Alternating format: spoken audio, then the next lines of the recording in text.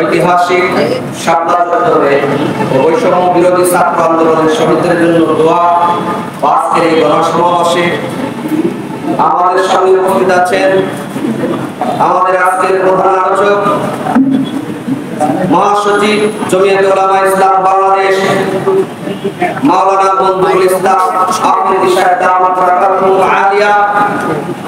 উপস্থিত আছেন হযরত মাওলানা বাহাউদ্দিন জাকারিয়া সাহেব দামাত বারাকাতুহু আলিয়া যুগ্ম মহাসচিব জমিয়তে উলামা ইসলাম বাংলাদেশ। আর উপস্থিত আছেন বিভিন্ন জেলা থেকে আগত ও স্থানীয় জমিয়তে উলামা ইসলামের কর্মী এবং নেতৃবৃন্দ। আপনারা সকলে অবগত আছেন পরিস্থিতির কারণে, দুর্যোগের কারণে আমাদের প্রোগ্রামটি সংক্ষিপ্ত করতে হচ্ছে। সর্বপ্রথম কথা হলো, আমরা আল্লাহ সুবহানাহু ওয়া তাআলা আমাদেরকে যে অবস্থায় এই সুযোগ করে দিয়েছেন, এই অবস্থায় আমরা খুশি আলহামদুলিল্লাহ। সবাই সংক্ষিপ্ত কথা, খুবই সংক্ষিপ্ত কথা বলবে আমাদের নবীয়ান কিরাম, আমরা এটা শুনবো।